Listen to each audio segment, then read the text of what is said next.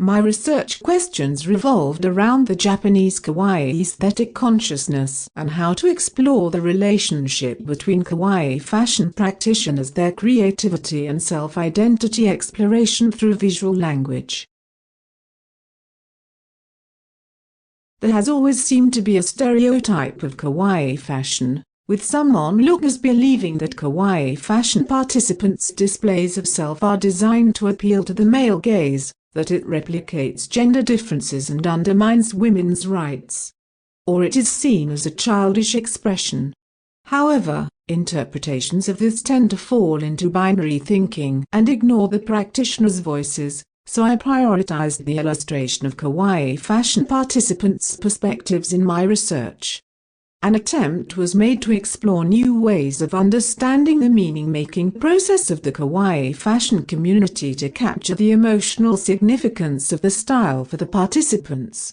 I attempted to explore the participants' fashion creativity about their self-identity through graphic design so that more people would reconnect with the fact that its meaning is not singular but premised on the subjective experience of the object.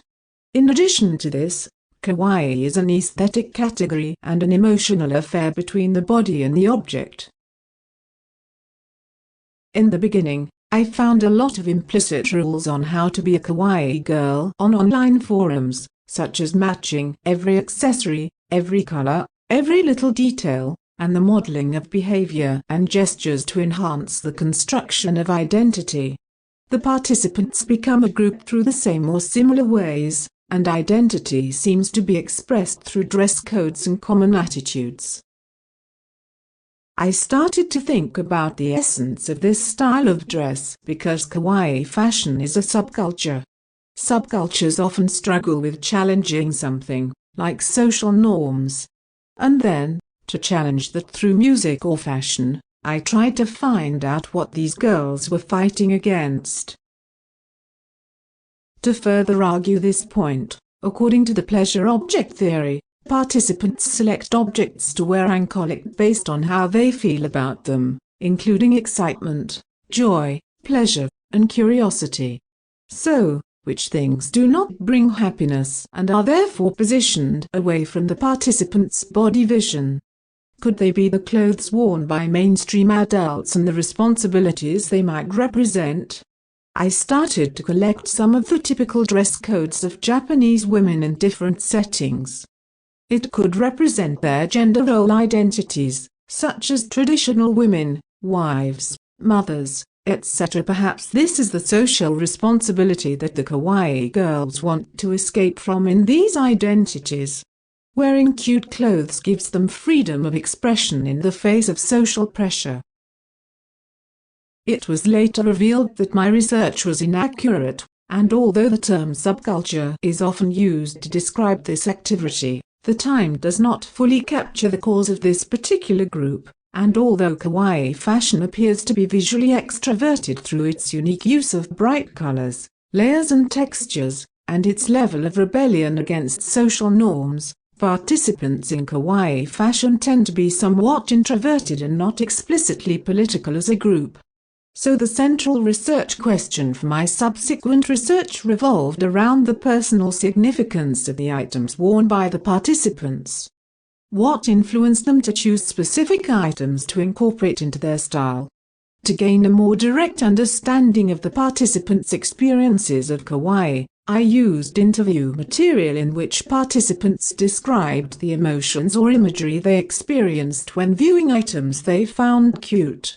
I found that participants were fascinated by objects they felt were lacking in their current sense of self.